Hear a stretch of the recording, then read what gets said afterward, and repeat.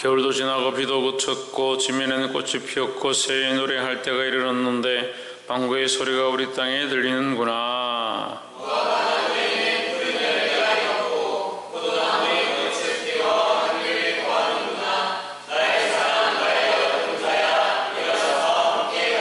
바위 틈낭 떨어지 은밀한 곳에 있는 나의 비둘기야, 나로 내 얼굴을 보게 하라. 내 소리를 듣게 하라. 내 소리는 부드럽고 내 얼굴은 아름답구나.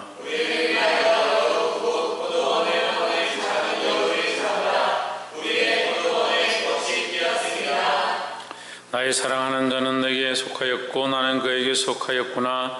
그가 백합화 가운데서 양떼를 먹이는구나. 나의 사랑하는 자야, 나를 기울고 자가 그럴 때에 돌아와서 베드로 성에서와 어린 사슴 같아여라. 아멘. 할렐루야. 우리 옆에 성에서 합쳐 사랑합니다. 축복합니다. 할렐루야. 예, 아가서는 지난번에 우리가 함께 보았던 것처럼 가장 아름다운 노래다. 아름다운 노래가 아가다. 그래서 아름다운 노래는 어떤 것이 아름다운가? 세상에 있는 남녀 간의 사랑이나 부모와의 사랑이나 형제 간의 사랑이나 친구와의 우정이나 이러한 것들도 사랑에 속하고 그런 것들을 많이 노래합니다만 그 어떤 것들도 하나님의 사랑에 비교할 수 없고, 그것들은 이 세상에 있는 사랑들은 결국 하나님의 사랑을 투영되어진 모양들로 본받을 뿐이다. 그 모습이 비춰진 것일 뿐이다 라는 거죠. 그럼 우리는 이 사랑을 통해서 뭘 보느냐? 세상의 이 사랑을 통해서 하나님의 사랑을 오히려 발견해야 된다라는 겁니다. 이 자연 만물을 보고 하나님의 창조와 살아계심을 보듯이 우리에게 주어진 이 세상의 그 사랑의 방법식들을 보면서 하나님의 방법과 하나님의 그 사랑을 알아야 된다라는 겁니다. 아가서 2장 1절 말씀에 나는 샤론에 수선하여 골짜기에 백합화로구나. 2절에 여자들 중에 내 사랑은 가시나무 가운데 백합화 같구나 했습니다. 주님께서 우리를 어떻게 보시느냐? 우리를 가시나무 가운데 백합화 같다 이렇게 보시는 겁니다. 세상에 어떠한 것들보다 우리를 존귀하게 생각하신다는 거예요. 하나님 보시기에는 우리는 백합화 같다. 우리만 보이는 겁니다. 우리를 향한 하나님의 사랑이 극진하다라는 거죠. 어떠한 것들도 우리를 하나님의 사랑에서 끊을 수 없는 것처럼 가시나무가 우리를 하나님의 사랑에서 끊을 수 없고 다른 어떠한 것들이 우리를 하나님의 사랑에서 끊을 수 없다는 것을 가르쳐주고 있습니다. 2장 3절에 남자들 중에 나의 사랑하는 자는 숯불 가운데 사과나무 같구나. 내가 그 그늘에 앉아서 심히 기뻐하였고 그 열매는 내 입에 달았도다 했습니다. 이 여인에게 이 남자는 사과와 같고 그는 나의 그늘과 같고 또 그늘이고 또 뭐요? 열매가 달다는 두 가지를 얘기합니다. 우리 주님은 이 세상에 이 햇빛으로부터 우리를 그늘이 되어준다. 그늘이 뭐 그리 중요하냐라고 생각할 수 있지만 하박국 기자가 요나가 호박능쿨 아래서 그 햇빛을 내서 죽기를 구하였던 모습을 우리가 기억해 보면 이 햇빛이 사람을 저해하는 굉장히 큰 고통일 수 있다는 거예요. 그런 상황에서 그에게 호박능쿨은 구원의 능쿨처럼 그에게 다가왔습니다. 마찬가지로 이 세상에 많은 것들이 우리를 비출 때에 이 세상에 많은 것들이 우리를 뜨겁고 힘들고 괴롭게 할 때에 주님은 우리의 그늘이 되시고 세상의 많은 핍박과 고난과 어려움으로부터 우리를 지키시는 힘이 된다라는 겁니다. 그 주님으로 말미암아 우리가 공급함을 얻을 수 있다, 이런 의미를 우리가 여기서 유추해 볼 수 있습니다. 우리가 첫 번째 나누고자 하는 말씀은 10절에 나의 사랑하는 자가 내게 말하여 이르기를 나의 사랑 나의 예쁜 자야 일어나서 함께 가자 했습니다. 자, 여기에 다른 데서 잘 나오지 않던 단어가 이제 새롭게 나오는데 나의 사랑하는 자가 내게 말하여 이르기를 나의 사랑 내 어여쁜 자야. 그럼 처음에 나의 사랑하는 자는 누굽니까? 남자죠. 이 솔로몬이죠. 솔로몬이고 내 어여쁜 자야는 술람이 여인입니다. 그러면 이것을 우리가 영적 대입으로 보면 주님께서 우리를 어여쁜 자야 우리에게 뭐라고 하느냐? 일어나서 함께 가자라고 하는 겁니다. 여기 나오지 않았던 새로운 단어가 뭐냐? 함께 가자. 함께 가자. 가는데 일어나서 너만 가라 하는 것도 아니고, 일어나서 이제 가라 하는 것도 아니고, 일어나서 함께 가자 하는 거예요. 너는 일어나라, 나는 가겠다라고 하는 것도 아닙니다. 결국 뭐가 필요하냐? 함께라는 단어가 우리에게 굉장히 큰 도전이 된다는 겁니다. 우리가 이제 주님을 만나기 전에, 주님을 사랑하기 전에는 나 혼자서 내가 원하는 대로 살았습니다. 그 싸움은, 그 인생의 싸움은 나 혼자 사는 싸움이었었고, 나 혼자 걸어가는 인생이었다면 이제는 바뀌었다라는 거죠. 이제는 어떻게 바뀌었냐? 함께라는 삶으로 바뀌었다라는 거예요. 이제 나 혼자 내 마음대로 내가 결정하고 내가 살고 싶은 대로 사는 것이 아니라 주님과 함께 하는 겁니다. 그럼 주님이 기뻐하시는 대로 살 뿐만 아니라 모든 상황과 어려움 가운데서 주께서 동행하시고 지키시고 보호하시고 우리를 인도하시는 그 모양을 보게 된다는 겁니다. 그래서 우리는 주께서 함께 하신다는 이 신앙을 잊어버리면 안 된다는 거죠. 왜 시험에 드느냐? 왜 뒤로 물러가느냐? 주님과 함께 한 것을 잊어버린 겁니다. 함께라는 이 사실을 잊어버리는 겁니다. 자꾸 뒤로 가는 겁니다. 주님이 왜 나를 도와주지 않느냐? 왜 내 삶이 이렇게 어렵느냐? 왜 나는 여전히 이렇게 괴로운 상황 가운데 있느냐? 지가 괴롭고 자기가 어려운 거지, 주님이 괴롭고 주님이 어려운 게 아니에요. 주님이 어디 멀리 가신 것도 아니에요. 지금 우리와 함께 하고 있습니다. 내가 어려우면 주님이 떠난 게 아니에요. 내가 잊어버리는 거죠. 내가 눈을 감는 거죠. 내가 땅바닥을 쳐다보고 있는 거죠. 이 세상을 바라보고 있는 거죠. 주님은 우리에게 뭐라고 하시냐? 내 어여쁜 자야, 나의 사랑, 나의 어여쁜 자야 라고 우리를 부르십니다. 근데 우리는 왜 고개를 돌려서 세상을 보면서 나의 사랑, 나의 어여쁜 재물들아, 나의 사랑, 나의 어여쁜 영광들아, 명예들아, 그렇게 바라보고 있냐는 거예요. 주님은 우리를 사랑하시는 자로 부르시면서 우리에게 뭘 약속하시냐? 함께라는 이 사실을 약속하고 있습니다. 여러분 잊어버리지 마십시오. 하나님이 우리를 떠나지 않습니다. 성령이 우리를 떠나지 않습니다. 결단코 떠날 수 없습니다. 성령이요, 우리 안에서 떠난다는 것은요, 우리는 이 성령이 우리에게서 떠난다는 사실은요, 이 성경을 덮어야 되는 문제예요. 그럴 수가 없어요. 성령은 결단코 우리를 떠날 수 없어요. 이게 하나님이 우리에게 주신 언약의 시작이, 이 고리를 끊을 수 없기 때문에, 이 언약을 찢을 수 없기 때문에 사망이나 적신이나 칼이나 그 어떠한 것도, 천사도 그 어떠한 피조물도 우리를 하나님의 그 사랑에서 끊을 수 없다고 했으니까 이 언약, 하나님과 함께 하는 것은 끊을 수 없어요. 마찬가지로 성령은 우리에게서 떠날 수가 없습니다. 여러분, 하나님 우리를 떠난 게 아닌데 왜 자꾸 잊어버립니까? 왜 자꾸 하나님 없는 것처럼 사십니까? 이 은혜로운 말씀, 이 달콤한 말씀을 들으면요, 정말 이제 함께라는 기쁨을 누려야 될 것 같죠? 그죠? 함께라는 기쁨을 누려야 되겠습니까? 외로움의 고통을 느껴야겠습니까? 그런데 왜 혼자 고군분투하고 있습니까? 혼자 외로운 싸움을 싸우고 있습니까? 왜 그럴 것 같아요? 함께라는 걸 잊어버렸으니까요. 하나님 떠나서 잊어버린 게 아니고요, 내가 이 함께라는 사실을 잊어가고 있는 거예요. 다시 회복하기를 소망합니다. 11절에 겨울도 지나고 비도 그쳤고, 이 겨울도 지나고 비도 그치는 것, 이게 무슨 의미예요?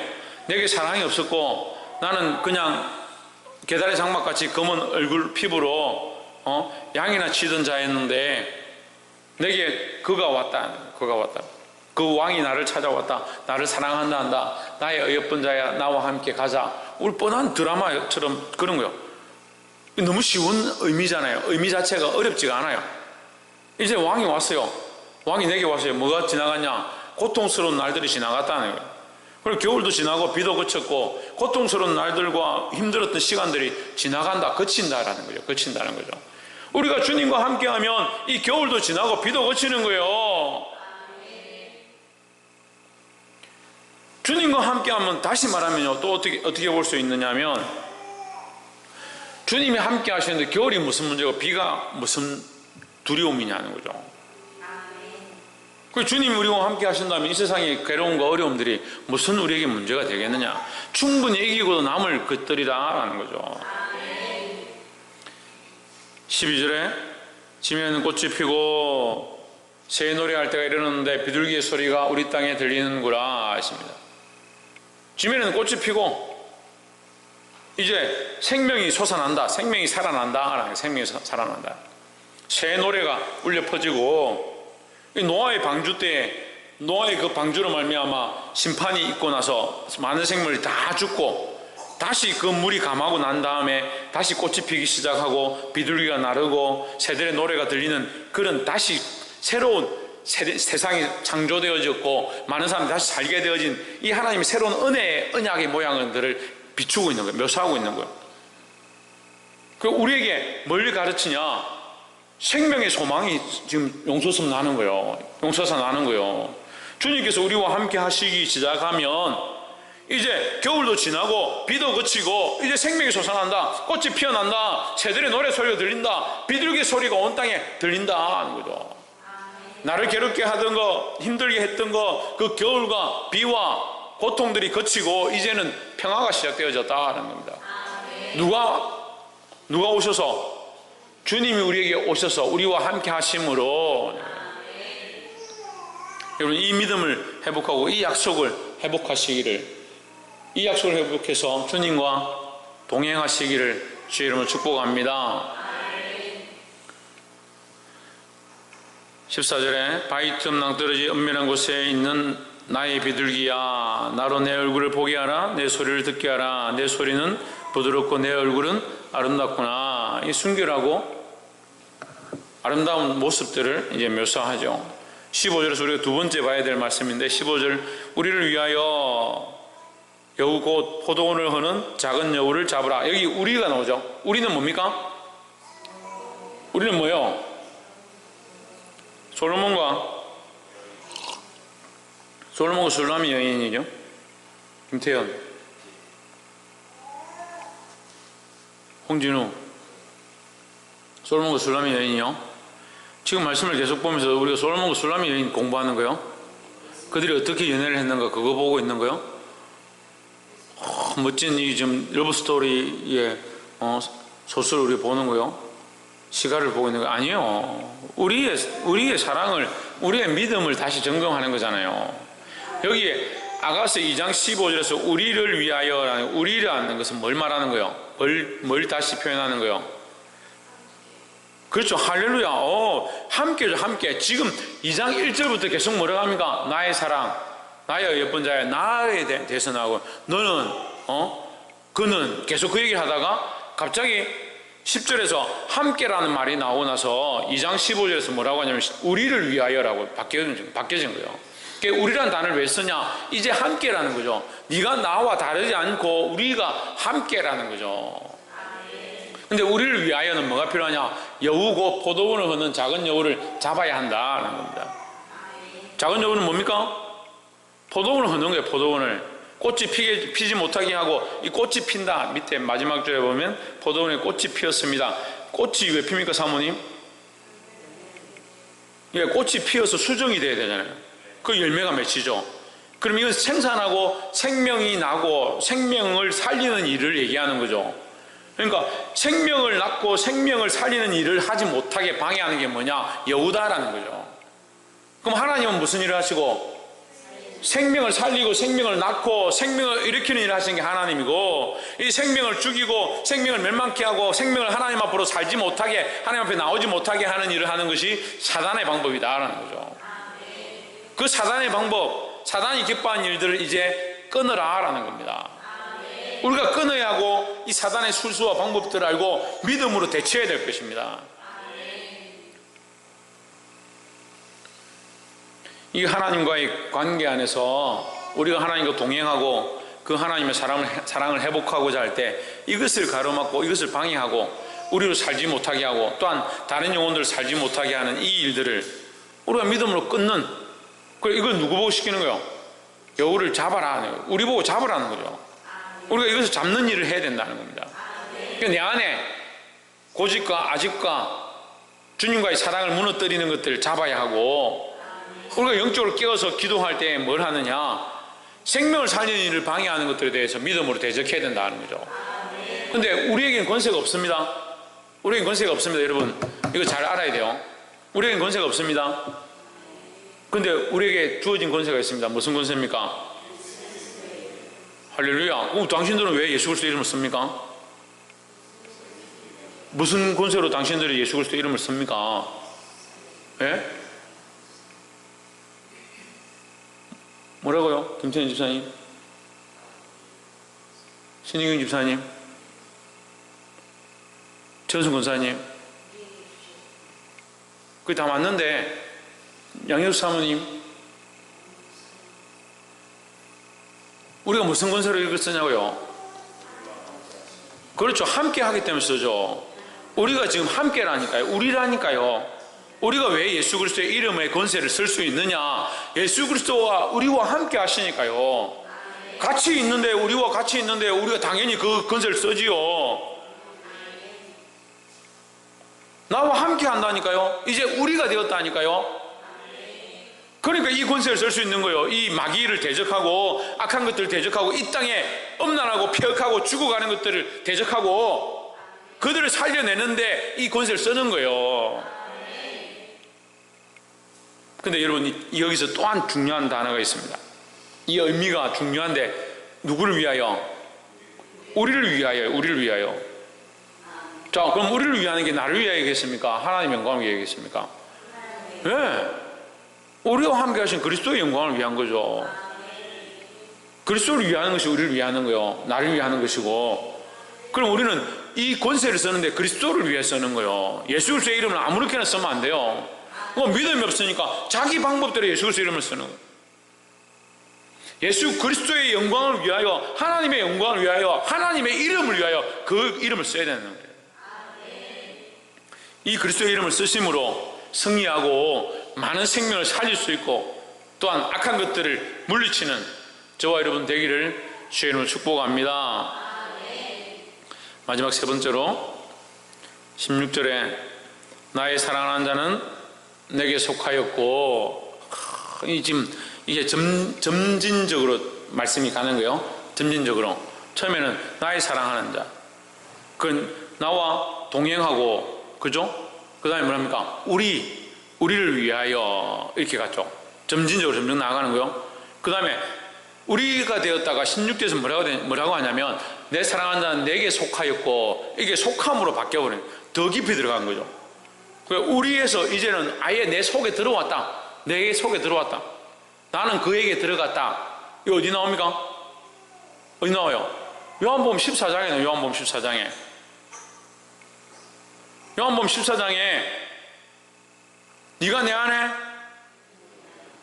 내가 네 안에, 내가 네 안에, 네가 내 안에 있으면 무엇이든지 원하는 대로 구하라. 그리하면 뭐하라? 이루리라. 이루리라. 무엇인지 원하는 대로 구하라. 그러면 이루리라 했습니다.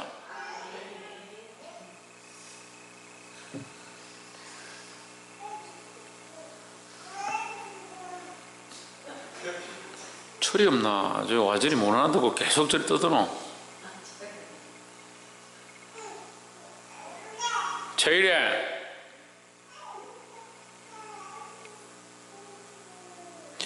제 하임이 저 정도까지 아니었는데, 자, 어쨌거나 너는 계속 해라. 나도 계속 할 테니까.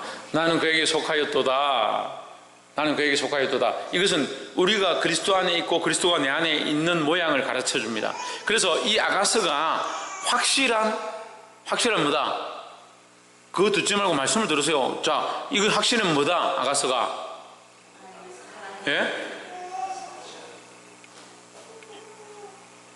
무슨 생각하고 있어요? 아가서가 확실한 뭐다? 그리스도의 말씀이다. 그리스도의 말씀이다. 그리스도에 대해서 얘기하고 있다. 그 입을 때려, 입을. 그가 백합화 가운데서 양떼를 먹이는구나 했습니다. 그가 백합화 가운데서 뭘 먹인다? 양떼를 먹인다. 양떼를. 내가 주님 안에 있고 주님이 내 안에 있으면 우리 안에 어떤 일이 일어나야 되냐? 양떼를 먹이는 일이 일어난다. 자, 양떼를 먹이는 거 우리가 얼마 전에 했어요. 얼마 전에 했어요. 양떼를 먹이는 거 어디서 했습니까? 박광민 지사님 어디서 했습니까? 저 방 들어가, 저 밖에 나가요.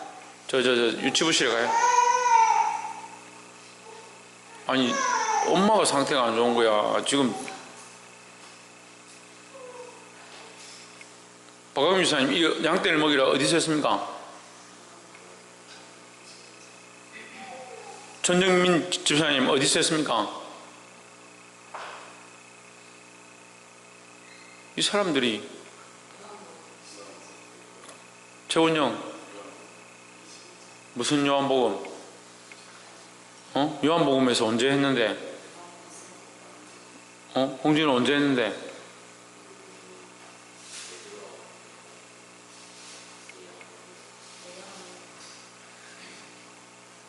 너 주일날 얘기했잖아요. 주일날 요한복음 21장에서 그 고기 낚는 사건이 있고 예수님께서 내 양을 먹이라 했잖아요. 베드로에게. 네가 나를 사랑하느냐? 예, 이거 화면을 보고 지금 들어보세요. 요한의 아들 시몬아, 네가 다른 사람들보다 나를 더 사랑하느냐? 예, 지금 그렇게 얘기하죠. 나의 사랑 나의 의예쁜 자야. 예수님께서 베드로에게 얘기하는 거요. 나의 사랑 나의 의예쁜 자야. 주께서 나를 사랑하시는 줄, 내가 주를 사랑하시는 줄 주께서 아시나이다. 그렇게 했죠. 그렇게 하면 뭐랍니까? 저 맨 밑에 줄에 양떼를 먹이라. 양떼를 먹이라.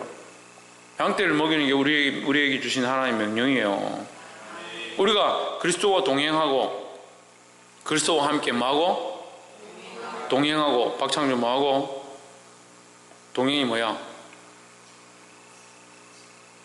함께 가고, 그리스도와 함께 가고, 그리스도와 함께 가면 우리가 싸워야 될 것이 내 안에 있는 악한 것들과 사단의 방해와 생명 살리는 일을 막는 것들, 그것과 싸워야 하고, 마지막 세 번째로 뭐요? 우리가 그리스도 안에 있다면, 우리가 그리스도와 함께하고 그 안에 더 들어가 있다면, 그리스도가 내 안에 있고 내가 그리스도 안에 있다면 뭘 해야 되냐? 양을 치는 일을 해야 된다. 양을 치고 양을 먹이는 일을 해야 된다는 거죠. 우리에게 주신 이것은 명령이에요. 명령이에요. 네가 나의 사랑하는 자라 할지라도 네가 반드시 해야 될 게 뭐냐? 양떼를 먹이는 것이다. 그래서 이 아가스 안에요 숨겨진 말씀이 뭐냐? 숨겨진 말씀이 있어요. 여러 가지 있어요. 있는데 그리스도에 대하여 숨겨져 있고요. 네가 내 안에 내가 네 안에라는 이것도 요한복음의 말씀. 그래서 제가 이 성경을 볼 때요, 아가스가 참 사랑에 대해서 이렇게 잘 버무려 놨는데, 요한복음이 한 단어로 하면 요한복음이 뭐냐? 사랑이에요. 사랑. 요한복음이 정말 사랑에 대해서 얘기하는 거예요. 요한복음은 처음부터 끝까지 사랑에 대해서 얘기하고 있어요. 하나님이 세상을 처음 사랑하사 뭐요? 네, 그게 성경의 가장 큰 핵심이라고 얘기하고 요한복음이 가장 중요한 말씀이라는데 거기 뭐가 나옵니까? 사랑이 나오는 거야. 하나님의 사랑이 나오는 거죠. 요한복음 13장부터 17장까지의 가장 중요한 말씀을 할 때에 그 말씀을 하는 그 최후의 만찬에서 예수님께서 제자들에게 들려주시는 말씀이거든요. 근데 다른 말씀이 안 나와요. 마태, 마가, 누가복음에는 안 나와요, 이 말씀이. 근데 오직 요한복음에만 그 말씀이 있어요. 최후의 만찬에서 예수님 주신 말씀이. 근데 그 말씀을 주실 때, 그 말씀이 너무 중요한데, 그 말씀 주실 때 맨 처음에 뭐라고 해요? 맨 처음에 주께서 그 제자들을 사랑하시되 끝까지 사랑하시니라 하고 이걸 시작하는 거예요. 끝까지 사랑하시기 때문에 이 말씀을 주신 거예요. 그래서 그 요한복음의 마지막에 그 21장 끝나는 부분에서 뭐라고 하냐면 내 양을 먹이라 하는 거예요. 사랑하는 자야 내 양을 먹이라. 네가 나를 사랑한다면 네가 양을 쳐라, 양을 먹여라, 이 얘기를 우리에게 하시는 거예요. 우리는 뭘 해야 되냐? 양을 먹이고 양을 치는 일을 할 것이 우리가 해야 될 사명이다 하는 겁니다. 그럼 우리가 지금 말씀 세 가지에서 기도 제목만 해도 세 가지 나왔어요. 주님과 동행하려고 몸부림쳐야 된다. 나를 위한 삶과 목적들을 내려놓고 주님과 함께하는 것을 다시 회복해야 한다는 겁니다. 주님이 우리를 떠나는 게 아니요, 성령이 우리를 떠나는 게 아니요, 하지만 뭐요? 우리가 잊어버린 이것을 다시 회복해야 된다. 우리가 잊혀져 가고 있는 생각들을 다시 회복해야 하고 주님과 함께하는 삶의 가치관과 방식들로 말하고 기도하고 주님과 함께 동행하는 것들을 시작해야 된다는 거죠. 주님과 함께한다면 우리는 뭘 해야 되냐? 영적 싸움을 싸워야 됩니다. 이게 우리의 기도의 제목이에요. 영적 싸움을 싸워야 돼요. 육신을 위하여 내가 즐겨하는 것들 쫓아가는 것, 그게 영적 싸움이 아니에요. 이 영적 싸움을 내려놓고 하나님 원하신 참된 영적 싸움을 시작해야 됩니다. 교회가 깨어나기 시작하고 기도하기 시작하면 뭘 하겠습니까? 교회가 깨어나서 기도하기 시작하면 뭘 하겠습니까? 이 땅을 향하여 우리가 영적 싸움을 도전하고 외치겠죠. 선포하겠죠. 그거 안 하겠습니까? 이 영적 싸움이 결국 뭐와 연결됩니까? 영적 싸움이 결국 뭐와 연결되겠습니까? 생명 살리는 거 연결되는 겁니다. 이 땅에 견고한 진들과 사로잡은 것들, 억눌린 것들, 그것을 우리가 대적하고 공격하면 성령의 임하는 역사가 그거라고요. 성령의 임하. 누가복음 6장 통해서 성령의 임하시는, 성령의 임하면 뭐하냐? 묶인 자가 풀리고 사로잡힌 자가 놓인다 했어요. 포로된 자가 자유함을 얻는다고 했어요. 그게 뭐냐? 이 영적 세계력에 대하여, 영적 싸움에 대하여 우리가 선포하고 영적 싸우기 시작하면 결국 뭐하냐? 양을 살리는 거예요. 교회가 깨어나기 시작하면 뭘 해야 되냐? 이 영적 싸움을 싸우고요, 주님과 함께 하는 것을 다시 회복하고요, 영적 싸움을 싸우기 시작해서 뭘 하냐? 영혼을 살리는 일을 해야 되는 거예요. 이 세 가지가 일어나지 않으면 교회의 사명을 제대로 못하고 있는 거예요. 우리가 기도한다면요, 교회를 위해서 기도한다면 이것을 위해서 기도해야 되는 거예요. 재정 많이 주십시오, 돈 많이 주십시오, 헌금 많이 내는 사람 보내주십시오. 물론 필요하겠죠. 하지만 그것 또한 목적이 뭐냐? 이 영적 싸움을 통해서 내가 하나님과 함께함을 회복하고 이 악한 것들을 물리치고 거기에 억눌려 있는 자들을 건져내서 살려내서 그 양들을 치고 살리고 먹이는 일을 하고자 이것을 구해야 된다는 겁니다. 이 기도와 이 예배와 이 삶의 모양들이 하나님 앞에서 회복되어서 참사랑이 우리 안에 다시 한 번 더 이루어지기를 주 예수 그리스도 이름으로 축원합니다. 기도하겠습니다.